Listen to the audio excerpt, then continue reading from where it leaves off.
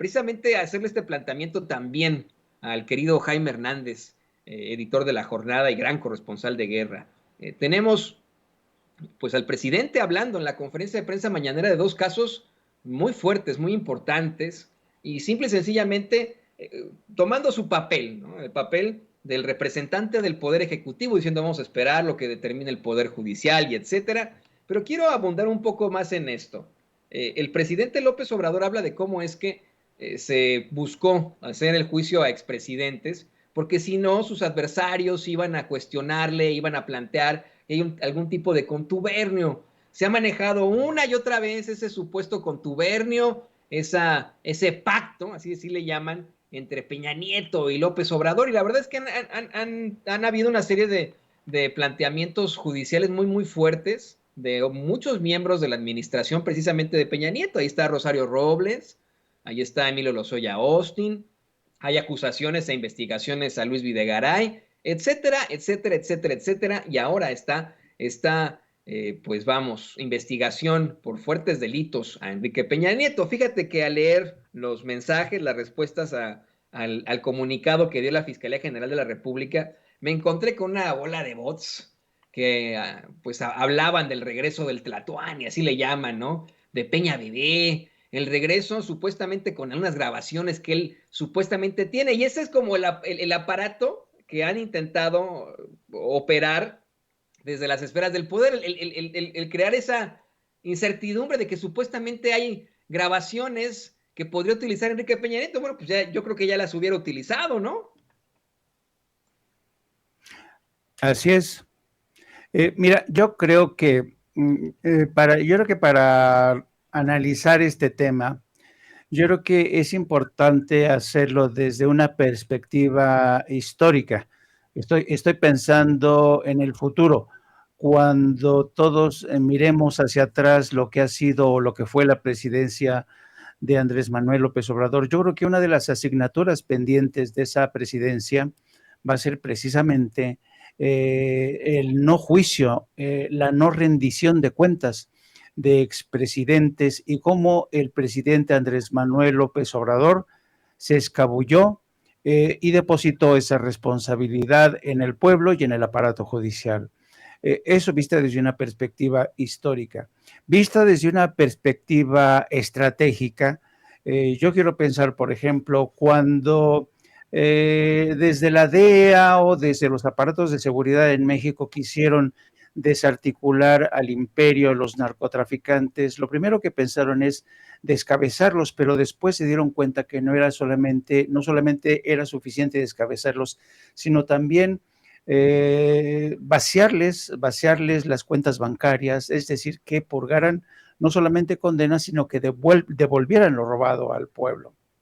Entonces, yo creo que el tema en México es que estamos en lo que se refiere a rendición de cuentas de expresidentes, desde Salinas de Gortari, Vicente Fox, Ernesto Zedillo, Felipe Calderón, Enrique Peña Nieto, estamos en el territorio del nunca jamás. Nunca jamás ha habido rendición de cuentas de expresidentes. Y hoy por primera vez estamos viendo cómo hay un atisbo, hay una posibilidad. Alguien ha dejado entreabierta esa puerta en el caso de Enrique Peña Nieto, que por cierto se fue a España confiado en que nadie lo iba a perseguir. De ahí estos rumores de que había un pacto de no agresión. Pero una vez que hemos constatado que hay un expediente abierto en su contra por lavado de dinero, delitos electorales, enriquecimiento inexplicable, que implica a empresas españolas como OHL, va a ser muy interesante realmente cómo se desenvuelve. Vamos a ver si Alejandro Gertz Manero realmente termina con esto o se va a conformar con presentar este expediente como evidencia de que su fiscalía está trabajando. Yo creo, insisto, que desafortunadamente en México la cultura de la rendición de cuentas aplica, pero como suele decir continuamente el presidente, aplica para los que se han robado un pollo, se han robado, qué sé yo, cualquier tontería, pero no para los grandes ladrones de cuello blanco que se han hecho con el control de la banca, de empresas de telecomunicaciones, que se han aliado al capital extranjero y a grandes corporaciones para robarle al país, como fue el caso, por ejemplo, de Ernesto Zedillo, cuando entregó prácticamente las redes ferroviarias a empresas de Estados Unidos y luego se fue a Estados Unidos, donde vive muy a gusto. Ahí tenemos el caso de Felipe Calderón, también cómo se convirtió en uno de los consejeros de Iberdrola. Tenemos el caso de Vicente Fox y los hijos, sus hijastros, los hijos de Marta Sagún, cómo se beneficiaron de empresas múltiples del sector inmobiliario, y todos ellos se han ido de rositas, no ha pasado nada con ellos. Entonces yo creo que esta es una de las tareas, asignaturas pendientes, y a mí sí me daría mucha tristeza que terminara el sexenio de Andrés Manuel López Obrador y nos dejara con este elevadísimo grado de insatisfacción, porque entonces, mira lo importante que desde desde mi punto de vista es esto de realmente ir contra expresidentes. Mira, te pongo un ejemplo, Carlos Salinas de Gortari. Carlos Salinas de Gortari y su hermano Raúl, a quien se conoce que se alió con los cárteles colombianos para dejar pasar las avionetas que venían desde Colombia. Esto según la investigación que condujeron fiscales desde Suiza. Entonces, si no hubiera sido por eso, si no hubiera sido por la entrega de varias empresas a sus amigos, lo que se conoce el capitalismo de compadres, Raúl Salinas de Gortari no solamente seguiría, desafortunadamente por ese enriquecimiento, por ese poder que logró concentrar, todavía Carlos Salinas de Gortari sigue pesando y mucho en la política, en los medios de comunicación de este país. Y lo mismo ocurre con gentes como Calderón, que gracias a la riqueza que se forjó, fue ya sea a través de presuntas alianzas con el narco o a través de operaciones no esclarecidas, de enriquecimiento inexplicable, vaya, presunto enriquecimiento inexplicable, vemos el poder que todavía tiene Felipe Calderón. ¿Y qué decir de Enrique Peña Nieto, que es un hombre extraordinariamente rico, que se da el lujo de comprar mansiones en España y que lo primero que hacen todos ellos,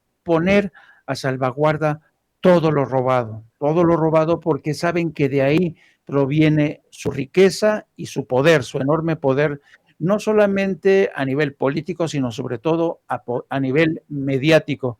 Así es que yo creo que sería muy triste realmente que terminara este sexenio sin que hubiera una prueba fehaciente de que hay rendición de cuentas y que por primera vez en este país podríamos ver a un jefe del Ejecutivo sentado en el banquillo de los acusados y rindiendo cuentas, querido Toño. Yo no me quedaría con tan mal sabor de boca, querido Jaime y querido doctor Valderas, ¿eh? Estoy pensando en que este comunicado que ya da la Fiscalía General de la República, que emite desde ayer en sus redes sociales, puede ser pasado inmediatamente a los editores de los libros de texto gratuitos. Como ustedes saben, en los libros de texto gratuitos de historia se trata la historia de México hasta los últimos presidentes. Esto puede ser ya agregado a la biografía de Enrique Peña Nieto en esos libros de historia, en esos libros de texto gratuitos que tendrán nuestros niños y que leerán las próximas generaciones. Estoy convencido y estoy de acuerdo contigo, sería muy, muy triste